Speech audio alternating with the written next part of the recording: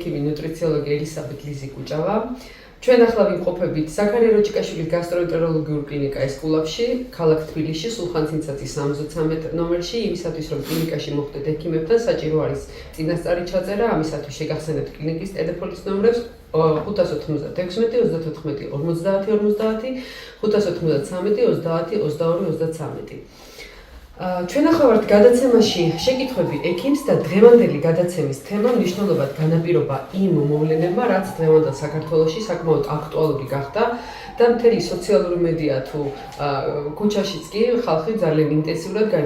განიხილა და ერთ ძალიან საჭირო საკითხს, ეს იყო რძის პროდუქტები და მათი მავნეობა. ამისათვის რომ ამ თემაზე პროფესიონალური და ექიმის პოზიციიდან, კერძოდ ნუტრიციოლოგის პოზიციიდან უფრო კორექტული პასუხები გაგცეთ, გადაცემის თემა ზუსტად ეს საკითხი ავარჩიეთ და მინდა დღეს გესაუბროთ რძის პროდუქტებზე, მიმოვიხილო ზოგადად მათი კლასიფიკაცია, მათი მავნეობა და სარგებლიანობის შესახებ ვისაუბრო და ასევე რამდენიმე საინტერესო დეტალი მინდა მოგახსენოთ. პირველ რიგში მინდა გითხრათ, რომ საქართველოში რძის პროდუქტები არის ერთ-ერთი ყველაზე ფართოდ გამოყენებადი პროდუქტები, არა მარტო ბავშვების, არამედ მოზრდთა მენიუში, სწორედ ამიტომ თემის აქტუალობა ძალიან მნიშვნელოვანი გახდა.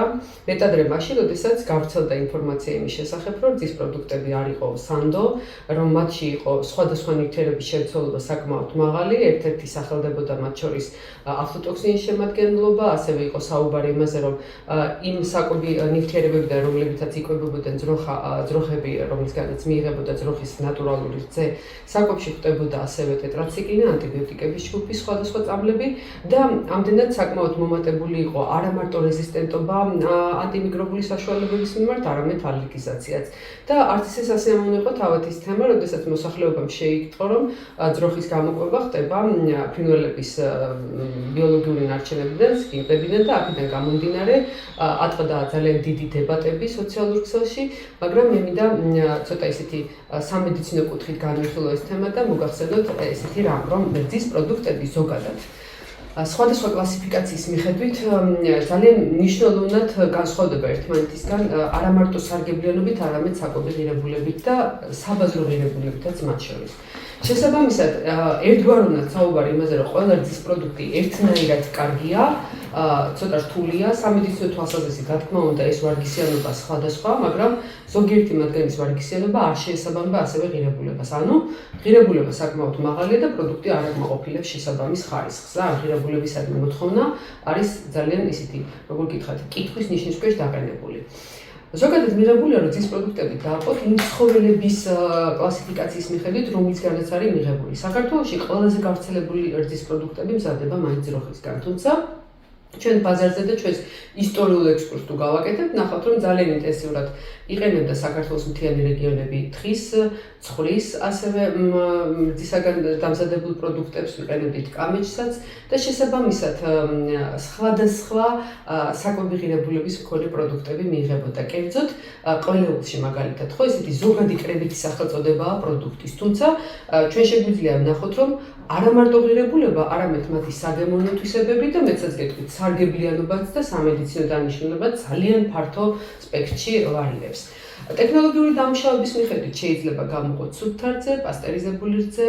ულტრაპასტერიზებული შედარებით ახალი ტექნოლოგია და სტერილიზებული რძე, რომელიც შედარებით ნაკლებ საკვებ ღირებულებებს შეიცავს, თუმცა ხშირ შემთხვევაში ამას მიმართავთ, იმიტომ რომ რძის ბაქტერიოლოგიური ვარგისიანობა ეჭქვეშ არის და მაშინ ექიმები ვიძლევით რეკომენდაციას, რომ ასეთი რძე გადადუხდეს და შემდგომ მივიღოთ საკვებად.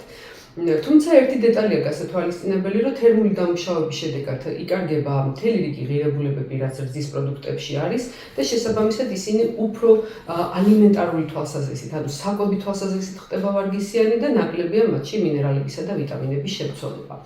აქედან გამომდინარე, ოფიციალური კანონმდებლობით მარკირება სპეციალურად მითითებული არის საკვებ პროდუქტებზე და ჩვენ ვხედავთ, რომელი რძე მოხდა ჩვენს მაგიდაზე, რომელი დამუშავების ტექნოლოგია გავლილი. ასევე რძის პროდუქტებში ძალიან ფართო სპექტრი არის დღესდღეობით წარმოდგენილი და ქართულ ბაზარზე მაინც ყველაზე გაყიდვად პროდუქტებში სახელდება ყველეული, რა თქმა უნდა, მაწონი, ხაჭო, შესაბამისად უფრო ნაკლები არის ნადუღი და შედარებით უფრო ნაკლებია ფერმენტირებული რძის კიდე სხვა სახეობები. რა არის ზოგადად რძის ფერმენტაცია? ეს არის მეთოდი, რომლის საშუალებითაც ბიოლოგიურად აქტიური ნივთიერებების საშუალებით რძისგან მიღებთ სხვა საკვებ პროდუქტებს, მათ შორის ქართულ რეალობაში ყველაზე გავრცელებული და ყველაზე პოპულარული მაინც მაწონია. ასევე გვხვდება იოგურტები, რომლებიც ძირითადად ბავშვებს უყვართ და საკვებ მენიუში მათთან არის განხილული უფრო ინტენსიურად. და იმის მიხედვით, რომელი ქვეყანა აწარმოებს, ჩვენ გვხვდება ცოტა განსხვავებული ტექნოლოგიით, სხვა ბაქტერიული დედოებისგან დამზადებული, ეს არის მაგალითად კეფირი, მაგალითად აირანი და ასე შემდეგ. რძის ფერმენტირებული პროდუქტები მთელი რიგი დადებითი შედეგებით, დადებითი თვისებებით გამოირჩევა და სწორედ ამიტომ მას ძალიან ინტენსიურად ხედავთ ხოლმე დიეტურ კვებაში ჩართულს. აქედან გამომდინარე, ჩემი თხოვნაა, რომ მიუხედავად იმისა, რომ დღესდღეობით რძის პროდუქტების ისეთი რაღაც კრიზისი გავიარეთ, ნუ ვიტყვით უარს მთლად რძის პროდუქტებზე და ნუ ამოვიღებთ ერთმნიშვნელოვნად მათ კვებითი რაციონიდან, მეტადრე მაშინ, როდესაც მთავრობა უკვე გვამშვიდობს და გვეუბნება, რომ პრობლემა მოგვარებულია და დღესდღეობით დახლებზე უკვე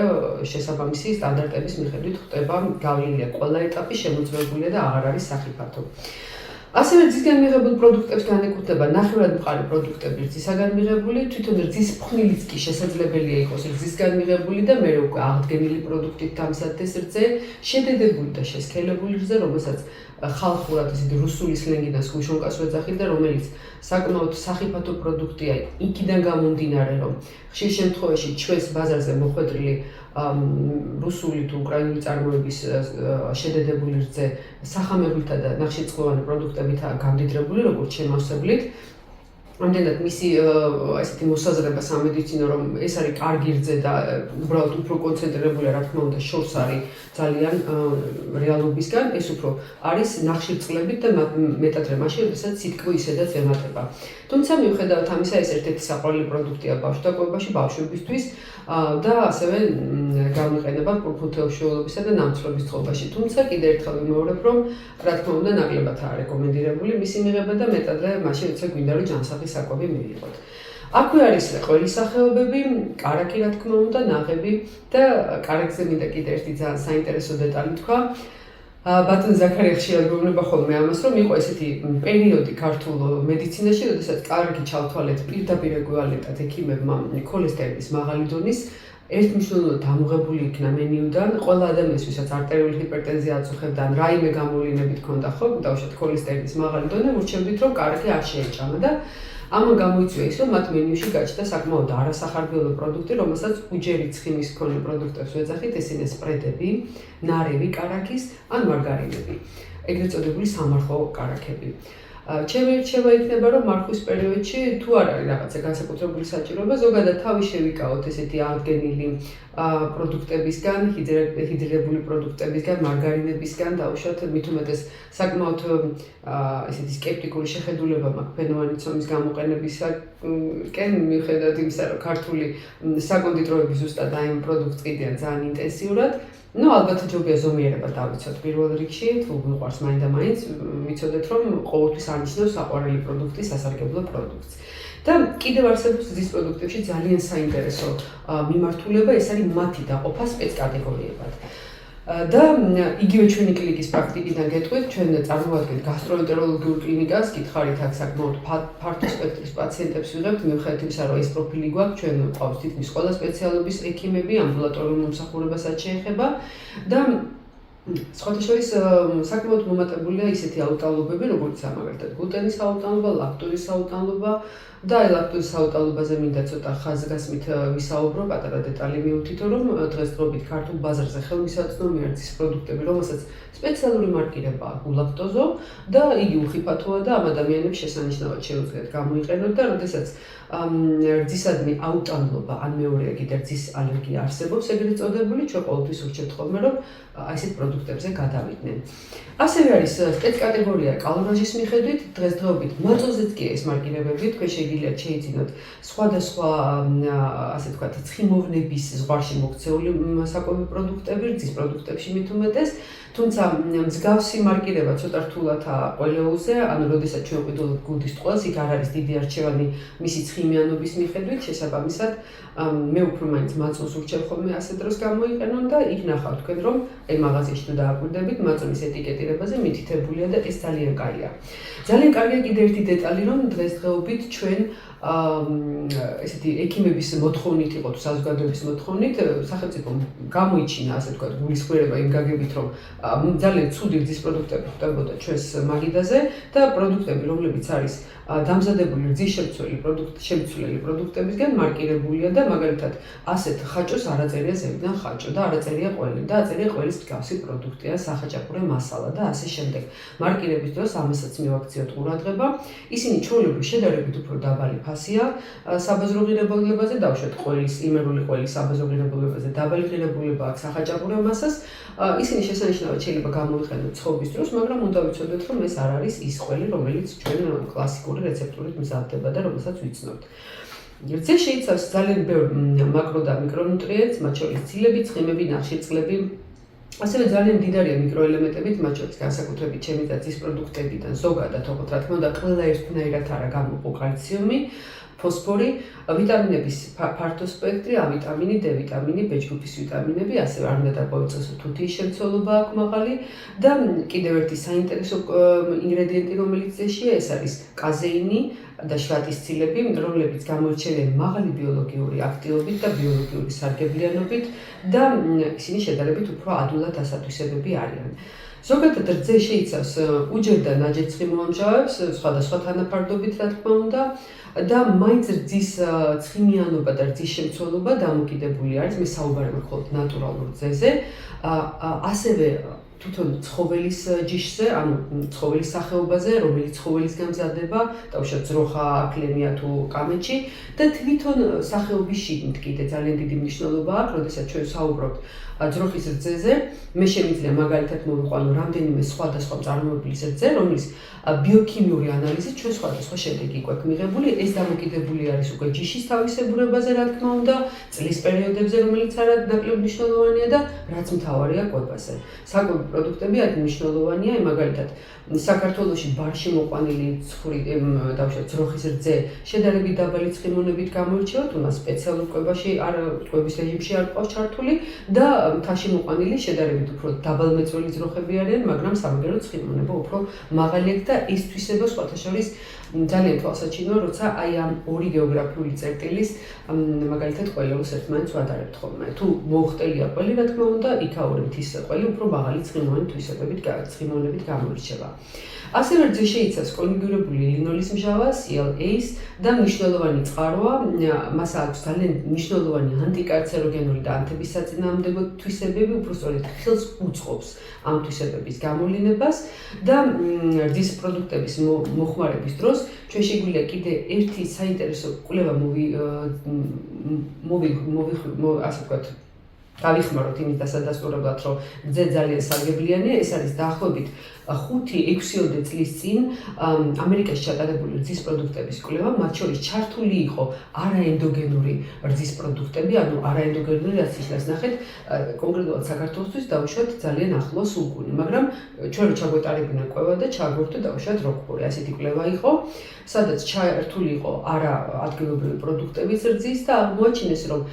რძის პროდუქტების რეგულარულად გამოყენებელ ადამიანებში, როგორც საუბარია ჯანსაღი რძის პროდუქტები, რა თქმა უნდა, შედარებით დაბალი იყო არტერიული ჰიპერტენზიის გამოვლინება, სხეულის მასის ინდექსიც უფრო მეტად იყო ნორმის ფარგლებში და შედარებით უფრო დაბალი იყო ტიპი 2 დიაბეტი. შესაბამისად, რძის პროდუქტები გარკვეულ პრევენციულ საშუალებებად შეიძლება განვიხილოთ აი ესეთი დაავადებების და არა მარტო ამ დაავადებების ჩამონათვალს. რაც შეეხება ყველაზე გავრცელებულ რძეს, ეს არის ძროხის რძე. მე თქვენ უკვე მოგახსენეთ, რომ ძროხის რძე ძალიან მნიშვნელოვნად განსხვავდება ერთი და იგივე ძროხისაგან მიღებული რძე და რძის პროდუქტებიც კი, თუნდაც იმაზე თუ რა მიიღო ცხოველმა საკვებად, ან იმაზე თუ წლის რომელი პერიოდი, ან როდის დამთავრდა მატეობა დავუშვათ. საკმაოდ მაღალი შემცველობა არის დავუშვათ 3.2%, 3.6% პროტეინი, 3.5-4% ცხიმია და შედარებით უფრო მაღალი 4.5 დაახლოებით ლაქტოზა. კაზეინსა და შვატის ცილათა თანაფარდობა თითქმის 80-20-ია და მაღალი არის საკმაოდ სხვათა შორის B12 ვიტამინის შემცველობა. რაც შეეხება თხის რძეს, ისტორიულად საკმაოდ ცნობილი რძე იყო, არის ესეთი მოსაზრება, რომ საქართველოში თხის რძეს ბევრად უფრო დიდი რაოდენობით იყენებდნენ, ვიდრე დღეს გვაქვს. ცოტა ისეთი რთულად მოსაშენებელი ცხოველია შედარებით, ის ჩვეულებრივ საბაგე პირობებს ესე ადვილად ვერ ძლებს, ვერ იწვრელება, ასე ვთქვათ. რა თქმა უნდა, შესაბამისად პატარა ბიოლოგიური სხეულია და უფრო მცირე რაოდენობით რძეს იძლევა და საინტერესოა ის, რომ ძოხის რძისგან განსხვავებით იგი უფრო მდიდარია ისეთი მიკროელემენტებით, როგორიცაა მაგნიუმი და სელენი.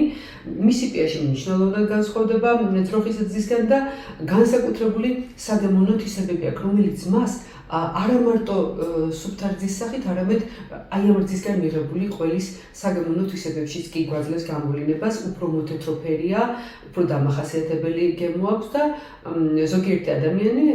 იმის მიხედვით როგორი გემოვნება აქვს, პირიქით ანაწონებს, ან იწოლებს მას. ასევე ძალიან საინტერესო რძე არის ცხლის რძე. ძირითადად ესე დასალევად რძის სახით ნაკლებად უფრო მეტად გამოიყენება, რა თქმა უნდა, ყველის წარმოებაში. საქართველოში საკმაოდ ძვირად ღირებული, პოპულარული და მე ვიტყოდი ერთ-ერთი შედევრალური ყველის სახეობის, ეს არის გულის ყველის დამზადებაში გამოიყენება. ცხიმოვნება 5.5-6.5%-ია თუ შევადარებთ ძროხის ცხიმოვნებას, ძროხის რძის ცხიმოვნებას, ნახავთ რომ მაღალია. და მდიდარი არის, რა თქმა უნდა, სიელე, ლინოლინის ჟავისა და B12 ვიტამინებით. ძალიან საინტერესო რძე არის კამეჩის რძე. ასევე საკმაოდ პოპულარული იყო თურმე ისტორიულად საქართველოში, უბრალოდ დღესდღეობით შედარებით ნაკლებად მივსდებთ კამეჩის მოშენებას ამ თვალსაზრისით. თუ ერთხელ მაინც გასინჯული გაქვთ კამეჩის მაწონი, მე ვიტყოდი, რომ ეს არის ძალიან ისეთი დამახასიათებელი სპეციფიური გემოსა და კონსისტენციის საკუთარი პროდუქტი და მას ვერასოდეს ვერ დაივიწყებთ. მაწონი თითქოს და არ არის ერთგვაროვანი, იმიტომ რომ ისეთი მსხვილი რაღაცა ბელტისებური ცხიმოვანი გარსით არის გარშემორტყმული. დღესდღეობით ძალიან გავრცელებული არის კამეჩის წარმოება იგივე ინდოეთში, პაკისტანში, ხმელთაშუა ზღვის ქვეყნებში, მაგრამ სამწუხაროდ საქართველოში შედარებით უფრო ნაკლებად მისდევენ. ძალიან ისეთი კარგი და საინტერესო ტექსტურა აქვს, რა თქმა უნდა, მას და ძალიან მრავალფეროვან კერძებში გამოიყენებოდა, სხვათა შორის იგი როგორც დანამატი ასეთი ერთგვარი соусებისა და ერთგვარი შემავსებლების სახითაც. აქლემის რძე, რა თქმა უნდა, ეს ჩვენთვის ტერიტორიულად ისეთი ცოტა უცხო და ეგზოტიკური რძის სახეობა, საუდის არაბეთში, აფრიკაში, ცენტრალურ აზიაში საკმაოდ გავრცელებულია. სპეციალურ გაწმენდას, ეგრეთ წოდებულ პასტერიზაციას საჭიროებს, რადგანაც მასში შემავალი ცილები ცოტა უფრო მაღალ ტემპერატურას საჭიროებენ იმისათვის, რომ უხიფათო ფრაქცია მივიღოთ, მდიდარია იმუნოგლობულინებითა და ბაქტერიოციდული პეპტიდებით და ცხენის რძე, ესეც საინტერესო პროდუქტია, თუ უფრო სწავლობა მისმენთ, ალბათ გეცოდინებთ კუმისის შესახებ. ცხენის რძე შეიცავს ბევრად მეტ ლაქტოზას და ნაკლებ ცხიმს, უფრო პოპულარული არის აზიაში, აზიურ სახელმწიფოებში, ხშირად გვხვდება იგი ძალიან ცნობილი საკვები პროდუქტის კუმისის შემადგენლობაში გვხვდება. ეს არის პრობიოტიკებით გამდიდრებული ერთგვარი დღევადი ნივთიერება, სასმელი ასე ვთქვათ და ძალიან ინტენსიურად გამოიყენებოდა ხალხურ ტრადიციულ მედიცინაში ღვიძლის დაავადებებისა და კუჭაძლავის, ზოგადად კუჭაძლავის ტრაქტის დაავადებების მკურნალობაში. რაც შეეხება რძის მიკრობიოლოგიურ შემადგენლობას და როგორ ხდება ზოგადად რძის გაწმენდა. მე ვიტყოდი, რომ ერთ-ერთი სერიოზული პრობლემა დღესდღეობით რატომ ჭირდება საერთოდ რძის ან პასტერიზაცია, ან სტერილიზაცია, ეს არის ის მიკროორგანიზმები, რომლებმაც შეიძლება გამოიწვიონ მთელი რიგი დაავადებები. მათ შორის რძის თერმული დამუშავების პირველი და ყველაზე მნიშვნელოვანი მიკროორგანიზმი, რომლის დროსაც აი ესეთი წითელი გვაქვს ექიმებს ანთებული, ეს არის ბრუცელიოზი, რისაც გვეშინია ლისტერია, ბრუცელა, სალმონელა, აი სამი დიდი გამოიწვევი, რომლის გამოც პრაქტიკულად რძე აუცილებლად უნდა იყოს დაქვემდებარებული თერმულ დამუშავებას. მე საერთოდ არ გირჩევთ სოფელშიც კი, როცა იცით, რომ ძროხა თქვენი ეზოსია და დავუშვათ კარგი საკვებით იკვებება, გაბედოთ და მით უმეტეს ბავშვთა მენიუში შეიტანოთ ესეთი რძის პროდუქტი დაუმუშავებელი თერმულად. მთელი რიგი საფრთხეებია, პირველ რიგში რა თქმა უნდა, მაინც მიკრობული დაინფიცირების სახით. აქედან გამომდინარე, პირველი და ყველაზე მარტივი ტექნოლოგიური გამუშავება მაინც რძის პასტერიზება, ეს არის დაახლოებით 63 გრადუსზე 30 წუთით დამუშავება, მეორე ვარიანტია 72 გრადუსზე დაახლოებით 15 წამის შოკური სწრაფი დამუშავება. როდესაც ინაქტივირდება მიკროორგანიზმები, რომლებიც შესაძლოა რძეში იყვნენ თუმცა ნარჩუნდება ბიოაქტიურობა რძის პროდუქტების და აქ კიდევ ერთი ძალიან საინტერესო დეტალია, თუ რაინის მოსახლეობა მისმენს, რომელსაც ყავს თავისი სრულფეხარქოსანი პირუტყვი, ძალიან დიდი ყურადღება უნდა მიექცეს რძის მიღებამდე, ძროხის ან ნებისმიერი ცხოველის, რომლისგანაც მიიღება ცულის სისუფთავეს, პირველ რიგში ჭურჭლის სისუფთავეს, იმიტომ რომ სამწუხაროდ ჭურჭელი, რომელშიც მოხდა რძის მოკრეფვა და შემდგომ უკვე ამ მოგროვება, მოკრეფას ვეძახით ამას, შემდგომ სხვა დაუშვათ პირუტყვზე გადავიდა სიტყვაზე 1-2 საათის მერე, საკმაოდ დიდი რაოდენობით მიკროორგანიზმებია უკვე გამრავლებული მასში. ამიტომაც ზედმიწევნის სუფთა გარემოში უნდა ხდებოდეს, ცული სპეციალურად დაიბანოს, უნდა გასუფთავდეს, მხოლოდ მერე მივიღოთ და ძალიან გთხოვთ, დიდი ყურადღება მიაქციეთ იმას, აქვს თუ არა სარწევი ჯირკვალზე ანთებითი დაავადება, არაიმე პრობლემა, მათ შორის საუბარი არის მასტიტზე. ასეთ შემთხვევაში საერთოდ მე ვფიქრობ, რომ პირველ რიგში, რა თქმა უნდა, ისე ცხოველის უსაფრთხოების გამო პირველ რიგში უნდა გადავიყვანოთ ვეტერინართან და უკვე ის გადაწყვეტავს, რამდენი დღის მერე შეიძლება საერთოდაც ასეთი პროდუქტი გამოვიყენოთ საკვებად. და კიდევ ერთი დეტალი, თუ რაღაცის გამო თქვენ ცხოველს მოუწია ანტიბიოტიკების ან სხვადასხვა ნივთიერებების მიღება ექიმის ვეტერინარის დანიშნულების ქვეშ, აუცილებლად უნდა დავიცვათ, ეს რა თქმა უნდა თქვენ კეთილმებაზეა დამოკიდებული ის პერიოდი, როდესაც სული გამოტანა ხდება ორგანიზმიდან. წინააღმდეგ შემთხვევაში რძე ჩვეულებრივად შეიძლება საწამლავად ან მავნე პროდუქტად ვაქციოთ. ფერმენტირებული პროდუქტებიდან უძველესი მეთოდია, მე როგორც გითხარით, ეს არის მეთოდი, როდესაც რძის ლაქტოზა, ლაქტობაცილებისა და ბიფიდობაქტერიების გავლენით გარდაიქმნება რძემჟავად, რაც იწვევს დამახასიათებელ შემსხვილებულ, ასე ვთქვათ, უფრო მდორე სტრუქტურას და სასარგებლო ბაქტერიების გამრავლებას მასში. აი ესეთი ფერმენტირებული პროცესის შედეგად მიიღება ისეთი საინტერესო უძველესი პროდუქტი, მაგალითად, როგორიც არის მაწვანე, რომელზეც ცოტა უფრო დეტალურად გესაუბრები. კიდევ ერთი საინტერესო პროდუქტი, ეს ცოტა ახალია ქართულ რეალობაში, შემოსულია ჩვენთან, ეს არის იოგურტები, რომლებიც სტრეპტოკოკუს, თერმოფილისასა და ლაქტობაცილუს დელბრუსკიზნის მოქმედების შედეგად მიიღება, ზოგჯერ ემატება სხვა აციდოფილუსის სხვა შტამები, ან ბიფიდუმის შტამი ემატება, ძალიან გავს კონსისტენციით მაწვანს, თუმცა უფრო მეტად დღესდღეობით საბაზრო მაღაზიის დახლებზე და თაროებზე თუ ნახავთ არის ხილით გაბევრებული ან სხვადასხვა სირომ დამატებული, აი აქაც ჩემი რჩევა იქნება. ძალიან დიდი ყურადღება მივაქციოთ იოგურტის დამატებულ ინგრედიენტებს, ეს არის ცოცხალი ხილი ჩამატებული, თუ სიროპი ჩამატებული, ან ხილის დაუშვათ რაღაცა ექსტრაქტის, ან რაიმე საგემოვნოთვისებების მიმცელი ქიმიური ნივთიერებებით. მე საერთოდაც ასე შემთხვევაში დედებს ვრჩევ ხოლმე მსგავსი პროდუქტი ჩვენ შეგვიძლია უფრო გემრიელიც მივიღოთ, მე გასწავლით ამ რეცეპტსაც ცოტა უფრო მოგვიანებით და მინდა რომ გთხოვოთ, რომ იოგურტის მიღების დროს, რა თქმა უნდა, ისევ და ისევ ყურადღება მივაქციოთ ვადებს და არ დაგვაუწეს ერთი დეტალი. ისევე როგორც ყველა პროდუქტი, რძის პროდუქტებიც, მათ შორის მაწვანეც, იოგურტიც, რომელიც ძალიან ხშირად გამოიყენება ბავშვებთან, გახსნისას უფრო მალე ფუჭდება, ვიდრე დაბეჭდილ მდგომარეობაში. ამიტომაც შეძენის დროს ყურადღებას ვაქციევთ როგორც ეტიკეტირებას, ვადებს, ისე პროდუქტის მთლიანობას და მერე სახში, როდესაც მოგვაქვს, ვინახავთ მას, რა თქმა უნდა, სამაცივრო პირობებში, თუმცა დღესდღეობით მე მინახავს მაღაზიებში, როდესაც იოგურტები მით უმეტეს აქციაში, როდესაც არასამაცივრო პირობებში ესე პირამიდები დახვეებულია მაღაზიის შუაგულში, რაც საკმაოდ არასწორია და მეცაც გეტყვით, თუ პროდუქტი აი ესეთ პირობებში ძალიან დიდ ხანს ძლებს, მე მაგალითად ეჭქვეშ გავაყენებდი იმ პროდუქტის სარგებლიანობას, იმიტომ რომ მე ეჭვმაქვს, რომ ძალიან დიდი რაოდენობით კონსერვანტები შეიძლება შეიცავდეს. და შემდეგი პროდუქტი ეს არის კომბინირებული, უფრო ისეთი საინტერესო, მაგრამ უფრო თხევადი და უფრო მე ვიტყოდი სპორტულ მედიცინაში მიღებული პროდუქტი, ეს არის კეფირი. ვარჯიშის მსვლელობის დროს შუალედებშიც კი მიირთმევს ზოგიერთი, თან დააქვთ ხოლმე ძალიან ხშირად უყვართ. დამახასიათებელი ჰაეროვანი სტრუქტურა, უფრო მსუბუქია, უფრო თხევადი, უფრო ისეთი წვრილ-ბუშტუკოვანი, ასე ვიტყოდით. შედარებით უფრო ნაკლებად იტანს დანამატის სახით ხილეულს, იმიტომ რომ უფრო მალე მიდის სიმჟავებისკენ და საკმაოდ კარგი არის კუჭნაწლავისთვის. მთელი ეს პროდუქტები, რაც მე ჩამოვთვალე, შეიძლება სულ ყველა მათგანში ნახოთ ულაქტოზო ვარიანტები, ცხიმოვანი ვარიანტები, სხვადასხვა ცხიმიანობის ზღვარით, ანუ მაღალცხიმიანი, დაბალცხიმიანი და ასევე შეგვიძლია ნახოთ ვარიანტები, რომლებშიც არის სპეციალური ბაქტერიული ფლორა დამატებული. მათ შორის LGG პრობიოტიკო, მათ შორის შეიძლება ვნახოთ იგივე მაგალითად ახლა არ მინდა კონკრეტული ბრენდები დავასახელო, ზოგიერთი იოგურტი, რომელიც კუჭნაწლავის მოქმედებას ასტიმულირებს, რა თქმა უნდა, საუბარია მათი რეგულარულ და ხშირ გამოყენებაზე და ესეთი დეტალით ყოველთვის მივაქციოთ ყურადღება. და ერთ-ერთი საინტერესო რეგიონალური ფერმენტირებული პროდუქტი ეს არის ცხენისძისგან მიღებული კუმისი, სხვათა შორის ინდოეთშიც არსებობს მსგავსი პროდუქტი, მე არ ვიტყოდი რომ მაწვნის ანალოგია, მაგრამ ესეთი ფერმენტირებული პროდუქტი, ესეთი ლასი საკმაოდ ცნობილი, ის კერძებში ასევე გამოიყენება. და რაც შეეხება, აი ხა ცოტა დეტალურად მინდა მაწვენზე გითხრათ, ეს არის ქართველების სიამაყე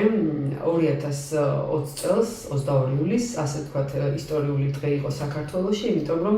მაწვენი კულტურული მემკვიდრეობის ძეგლად გამოცხადდა და რატომ? ეს პერიოდია, როდესაც მაწვენი, როდესაც თქვენ თუნდაც ვიკიპედიაში ნახულობდით, ქართულად იძებნება როგორც ქართული პროდუქტი, ინგლისურენოვან ვარიანტში იძებნება როგორც სომხური ეტიოლოგიის მქონე პროდუქტი, რაც რა თქმა უნდა არ იყო სწორი, იმიტომ რომ მაწვენის უფრო ძველი კერები საქართველოში ფიქსირდება, ფაქტურად საქართველოდან გაიცნო კავკასიამ და მერე წავიდა უკვე ევროპაში. ანუ რა თქმა უნდა, აქ ახლა პირველობის თემა არ არის, თუმცა მაწვენი მე ვიტყოდი, რომ ეს ის პროდუქტია, რომელიც მე შემიძლია ზოგიერთ მედიკამენტთან ან საკვებ დანამატთანაც კი გავათანაბრო რაღაც წილად. და ძალიან საინტერესო დეტალი მინდა მოგიყვეთ, დაახლოებით 1977 წელს ესეთი ცნობილი კომპანია Danone, რომელმაც პირველმა შეისყიდა რეცეპტი მაწვნის და გადაიღო რეკლამა მაწვენზე.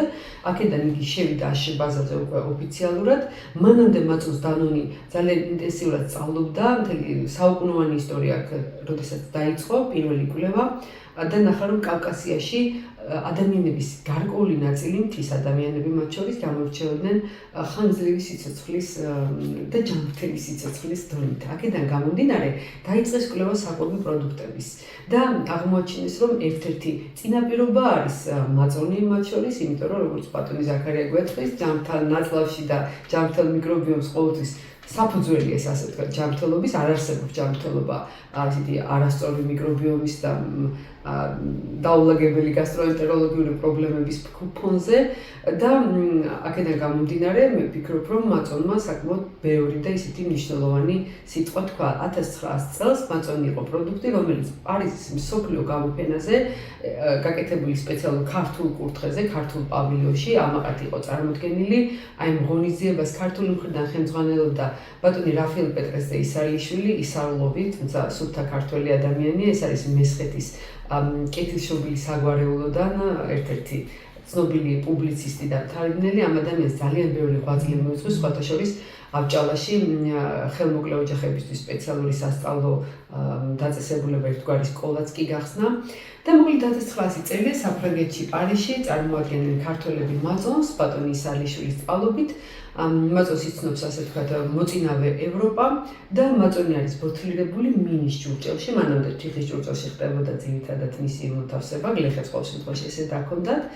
და ამ მინის ჭურჭელზე ძალიან ლამაზად ამოგრავილებული იყო ლათინური ასოები R და I, ანუ ეს იყო მისი შემქმნელის ავტორის, ასე ვთქვათ, ამ ჭურჭლის რაფაელ პეტრეს ისარლიშვილის ინიციალები. აქედან დაწყებული მაწვენი გახდა მსოფლიო ნუტრიციოლოგების, დიეტოლოგების მაშინ ინტერესი იყო, ძალიან ისეთი კვლევის საგანი და ბევრი კარგი რამ ქართველი ადამიანი ჯანმრთელობასთან დაკავშირებით, ჩვენი ისტორიული წარსულიდან, ზუსტად აი ამ პროდუქტთან იქნა დაკავშირებული. 1928 წელს უკვე ერთი საინტერესო ნახატი შექმნა ოსკარ შმერლინგმა, თქვენ ეს ნახატი ეხლა შეიძლება ესე არ გაგახსენებთ, მაგრამ თუ აგიხსენებთ, მიხვდებით რომ ნანახი გაქვთ, ეს არის მაწვნის გამყიდველი. ანუ რამდენად მნიშვნელოვანი იყო ეს თემა თბილისში, როდესაც თბილისში ჩავოდიოდნენ ესეთ ივირებზე, ცხენზე ხურჯინ გადაკიდებული მემაწვნეები და ჩამოჰქონდათ შორიახლო სოფლებიდან, ასე ვთქვათ, იგივე წყლეთის მიმდებარე რეგიონიდან მაწვენი და თბილისელი მოსახლეობა სიხარულით ყიდულობდა მას. მაწვენი არის ერთ-ერთი ყველაზე საინტერესო პროდუქტი. მე იმ ადამიანებსაც, ვისაც აქვთ პრობლემა დაუშვათ დაამობენ, რიცით მას უფრო დიარეით მიმდინარე დაუშვათ გააგზავნებული ნაწლავის სინდრომი აქვს და ამიტომ უფრთხიან ხოლმე ძალიან ხშირად ჩვენთან მოსული პაციენტი მერე სწორი მკურნალობის და სწორი მენეჯმენტის ფონზე შესანიშნავად ახერხებს აი ამ პროდუქტის მიღებასაც. და კიდევ ერთი საინტერესო პროდუქტი, რომელიც მინდა გითხრათ და რომელზეც ცოტათი ისე მინდა ვისაუბრო, ეს არის ყველი, იმიტომ რომ ქართველები ამ კერძის გარეშე პრაქტიკულად სუფრას არ ვშლით, ასე ვთქვათ, ჩვენი ყველა დიდი წვეულება, რა თქმა უნდა, ყველთან ერთად არის, გვაქვს ისეთი სადღესასწაულო ყველის სახეობების, მათ შორის სულგუნი, მისი შებოლილი და არაშებოლილი ფორმა და დღესდღეობით ძალიან ბევრი პატრიოტი ქართველის დახმარებით აღმოაჩინეთ უამრავი ქართული ყველის სახეობები. მე ისეთი მოქალაქეობრივი თხოვნა მაქვს თქვენთან, თუ გექნებათ საშუალება, აუცილებლად წაბრძანდით ფესტივალებზე, რომელიც იმართება, ღვინის და ყველის პროდუქტების ფესტივალი და იქ ნახავთ ქართულ ისტორიას, რომ ჩვენ სულ რაღაც 3-4 სახეობა ვიცოდით და გვეგონა რომ მხოლოდ იმერული და სულგუნი არსებობდა და გუდისყველი და აღმოაჩენთ რომ ქართული ყველის ასორტიმენტი არის საოცრება, ძალიან დიდი და არის მათ შორის თავში, ღვინოში დავარგებული, დაწნული, ჩეჩილი, ასე შემდეგ უამრავი, ძალიან საინტერესო და ძალიან განსხვავებული საგემოვნო ნუტრიციული თვისებებით ასევე.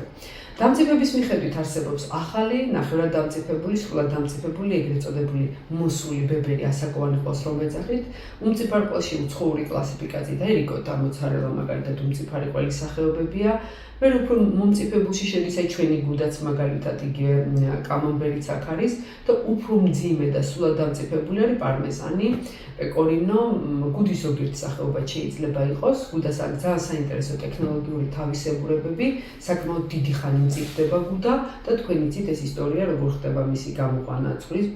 ტყავში, როგორ ხდება მერე მიწაში. მთელი ამბავი ეს არის ურთულესი ტექნოლოგიური ეტაპები მხოლოდ იმიტომ, რომ პროდუქტმა შეიძინოს აი ეს უნიკალური თვისებები, რაც მას აქვს. და მათ შორის აი ეს სუნი, რომელსაც ზოგიერთს არ მოწონს და რაღაცა, ითვლება ერთ-ერთ დელიკატესურ და საინტერესო მახასიათებლად. ასევე განსხვავებულია ტექსტურა ყელში, შეიძლება შეგვხვდეს ბილი ყველები, ბრი მაგალითად, ნახევრად რბილი ყველის სახეობები, მყარი და ძალიან მყარი ყველი, აი იგივე ძველი პეკორინო, იგივე ჩვენი მშრალად შებოლილი სულგუნი, რომელიც ძალიან ძნელი დასაჭრელია, თქვენ კარგად იცით და აი ერთი პატარა დეტალიც მინდა თქვა, შებოლის ტექნოლოგიები ძალიან საინტერესოა, ჩვენ წინა გადაცემაში ბატონ ზაქარიასთან ერთად საუბრობდით ამაზე, მინდა რომ ამას ყურადღება მივაქციოთ, იმიტომ რომ არსებობს ნამდვილი შებოლილი პროდუქტები, რომლებიც ჩვეულებრივ ალზეიმბორება და არის ეგრეთ წოდებული ქიმიური შემბოლავი ნივთიერებები, თორსა ყისიერად იღებს ყველი ამ ფერს, რა თქმა უნდა, ის ბევრად უფრო სახიფათოა და არასწორი, იმიტომ რომ ისტორიული მეთოდი საუკუნეების მანძილზე, რასაც ხვეწდა ადამიანი, ბევრად უფრო საინტერესო, სწორი და ჯანსაღია. და ასევე შეიძლება იყოს ტექნოლოგიების მიხედვით განსხვავებული, ბაქტერიული კულტურით დამუშავებული და კიდევ ერთი განსაკუთრებული ყველის სახეობები, ეს არის ობიანი ყველის სახეობები, დავარგებული ბებერი ყველის სახეობები, ეგრეთ წოდებული, მოსული ყველი, მათ შორის ლურჯიობისგან მიღებული ყველი, მქონე ყველის სახეობები, როკფორის ზოგიერთ სახეობას აქვს, გორგონზოლასაც აქვს ესეთი და საქართველოში ძალიან საინტერესო პროდუქტი გვაქვს, რომელსაც დაბალ ხაჭო ქვია, თუმცა კლასიფიკაციით მაინც უფრო ყველეულია და მთის ხალხი მისგან კიდე მეორადად კერძს ამზადებდა, ანუ მიღებული პროდუქტიდან კიდე კერძის სახეობები კეთდებოდა, როდესაც ის ერბოში მზადდებოდა და თუ თქვენ მოხდებით აი ამ რეგიონებში, ალბანში მაგალითად თუშეთში, დააგემოვნეთ, ნამდვილად ნახავთ საქართველოს კულინარიის ბევრად მეტია ქართული კულინარია, ვიდრე დღეს ჩვენ ვიცნობთ და ბევრად საინტერესო და მე ვიტყოდი რომ ძალიან ბევრი პროდუქტი აი დაიკარგა და ძალიან ბევრი პროდუქტი ეხლა აღმოაჩინეთ და ავახორციელებთ. ასევე ძალიან საინტერესო პროდუქტის სახეობებია იგივე ძმაში, მარილწყალში დავარგებული ფეტას სახეობები მაგალითად და თქვენ იცით რომ ქართული გლეხით სხვადასხვა ვარიანტში ცდილობდა შენახვას, იყო შენახვის ტექნოლოგიები მარილწყალში, იყო შებოლით შენახვა და ასე შემდეგ. ეს შებოლის და შენახვის ტექნოლოგიები შემდგომში დამოუკიდებელი ყველის სახეობების ფუძემდებელი გახდა, ასე ვთქვათ, ის ადამიანი, ვინც ეს შექმნა და ჩვეულებრივი ყველი გადაიქცა სულიერ განსხვავებულ პროდუქტად. რაც შეეხება რომელია უფრო უხიფათო, აი ბაქტერიული თვალსაზრისით, მაგალითად სულგუნი, იმიტომ რომ თერმულად მუშავდება, მაინც შედარებით უფრო უნებელია ამ თვალსაზრისით თუ ვიტყოდეთ, ვიდრე ჭრინტი ყველის სახეობები და ძალიან ბევრი დედა მე ვიცი პატარები ვისაც ყავს, თვითონ სახშიც კი ამზადებენ, ანუ არაპირულად ყავს, არამედ ყველისგან უკვე ასე ვთქვათ, გადაზელილი სულგუნის სახეობები არის კერძები, რომელიც ბავშვს უყვარს იგივე ყველთან ერთად დამზადებული სხვადასხვა კერძი. ეს იყო რძის პროდუქტები, მე არ შეიძლება მოგლით არ ვახსენო ხაჭო და ნადუღი, იმიტომ რომ სუფთა ქართული ფენომენია ეს ჩვენი ნუტრიციოლოგიური სახელმძღვანელოები გადაშალოთ, პროდუქტ ნადუღზე საუბარს ვერ ნახავთ. იმიტომ რომ ესეთი ფართო და ესეთი ღრმა კვლევები, როგორიც ჩვენ გვაქვს გაკეთებული ხაჭოსთან მიმართებაშიც ასევე ნაკლებად არის. დღესდღეობით თუ გაგიგიათ ეგ ალბათობებმა იციან ხოლმე რომ კლიმაქსურ პერიოდს ვინც გადააბიჭებს ხაჭო მიიღა ბანანთან ერთად ეს კალციუმი და დ ვიტამინის ტანდემია ერთად ესეთი ნუტრიციოლოგიური პატარა ხრიკებით ჩვენ შეგვიძლია მთელი რიგი დაავადებები ავირიდოთ თავიდან ან მათი მიმდინარეობა შევამციროთ და საკმაოდ კარგი და ესეთი პროდუქტები გვაქვს ამ ხრივ ქართულ მენიუში წარმოდგენილი ეს არის ძირითადი ჩამონათვალი, რაც მე მინდოდა მეთქვა, თუმცა ამის გარდა კიდევ ბევრი სხვა სახეობაა, მაგრამ მე მაინც მინდა გავამახვილო კიდევ ერთხელ თქვენი ყურადღება პროდუქტის ეტიკეტირებაზე, იგივე კარაქის შემთხვევაში, როდესაც იძენთ, მიაქციეთ რა წერია პროდუქტს, ნაღებისგანაა დამზადებული თუ დაუშვათ ხელოვნური ცხიმებისგან მიღებული, ეს იგივე მარგარინები, აქ არის უკვე ქიმიურ ფორმულაში არის ხშირად განსხვავება და არსებობს მთელი რიგი მათგანი, რომლებიც შეიცავს, ანუ პროდუქტის სამარხო, ან პროდუქტი მარგარინი ჯერ კიდევ არ ნიშნავს, რომ ის არის სამარხო. მარგარინი შეიძლება შეიცადეს ნაღების დანამატეს საგემოვნო თვისებების გამო და დაუშვათ სამარხო ამ შემთხვევაში ის აღარ იქნება. ეს არის ყველაფერი, რაც მე მინდოდა მოკლედ რძის პროდუქტებზე მეთქვა, რაც შეეხება ქართულ ბაზარზე მიმდინარე პრობლემების გამო, ჩვენ იმედს ვიტოვებთ, რომ ეს ყველაფერი უკვე მოწესრიგებულია, თუმცა რა თქმა უნდა ძალიან სამწუხაროა, როდესაც ჩვენ პოსტფაქტუმ აღმოვაჩენთ, რომ პროდუქტები, რომლებიც არც ისე IAPA კატეგორიაში გადიოდა სხვათა შორის, ესე კლასიფიკაციას რო გადავხედოთ, არავითარ შემთხვევაში არ უნდა აღმოჩენილიყო ჩვენ მაგიდაზე და არ უნდა გამოიწვია ის ფოთვა, რაც გამოიწვია და მოხდა კიდევ ერთი ძალიან ცუდი ფაქტი, იმან რომ აი ამ ყველაფრის ფონზე ადამიანებმა უბრალოდ შეწყვიტეს რძის პროდუქტების მიღება. და ეს კიდევ ერთი დამატებითი პრობლემაა, იმიტომ რომ რითი მოხდება მათი ჩამოცვლება, ესეც მნიშვნელოვანია, თუ არ მოხდება ნახშირწყლების, პურეულის და ასე შემდეგ ხარჯზე. ჩვენ დღეს საკმაოდ დაკავებული გრაფიკი გვაქვს ადამიანებს, ამიტომაც უმეტესობა ვიკვებებით გარეთ, შინაურ პირობებში ვერ ვახერხებთ და რძის პროდუქტები კარგი ალტერნატივა იყო იგივე დაუშვათ ხაჭო, მაწონი ესეთი პირობებში მისაღებად. შესაბამისად, მე ვფიქრობ, რომ მათი მარქისიანობაზე კონტროლი სახელმწიფო თემაა, იმიტომ რომ ადამიანების ჯანმრთელობა სახელმწიფოსთვის ყველაზე მნიშვნელოვანი პრობლემა უნდა იყოს. ძალიან დიდი მადლობა მინდა მოგახსენოთ, მოგწერეთ, შეგვეხმიანეთ ჩვენ Facebook გვერდზე, Instagram-ზე, ყველა თქვენ კითხვას მიმახსოვრებთ, ვაგროვებთ, ვაჯერებთ, მე ერთად განვიხილავთ და მათთან შესაბამისობაში ვარჩევთ გადაცემის თემას. დიდი მადლობა მინდა მოგახსენოთ, ჯანმრთელობას გისურვებთ.